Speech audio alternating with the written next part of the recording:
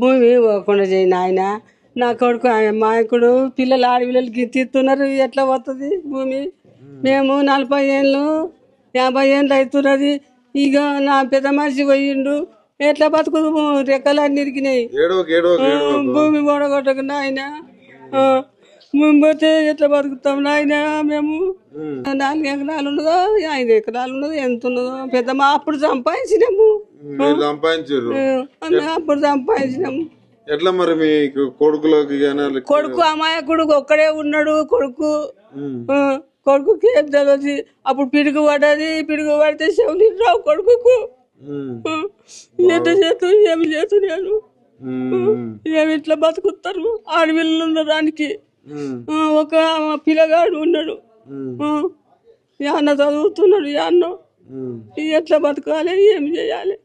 కష్టపడి కొన్నావు? కష్టపడి కొన్నా. ఇక ఏమన్నా సొమ్ము ఉన్నదా? చిప్ప చేతికి వచ్చింది, ఏమున్నది పే మీద? ఏం లేదు. బంగారం అంతా భూమి కొన్నాము. ఏం చేస్తాము? అవు మరి చిప్ప చేతికి వస్తున్నది ఇప్పుడు. చిప్ప బంగారం అంతా అమ్మినా. భూమి పోవద్దు, పొడగొట్టొద్దు నాయన. మీ కాలన్నా మొత్తం భూమి పొడగొట్టొద్దు. ఎట్లా పిల్లలు గిట్ల పిల్లలు ఎట్లా సంపాదిస్తారు, ఎట్లా నడుస్తారు, ఎట్లా చేస్తారు? అంటే ఆడపిల్లలే ఉన్నారు.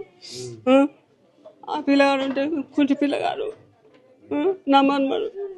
ఎట్లా చేద్దు? ఏమి చేద్దు నాయన? నేను బతకట్లేదు. నేను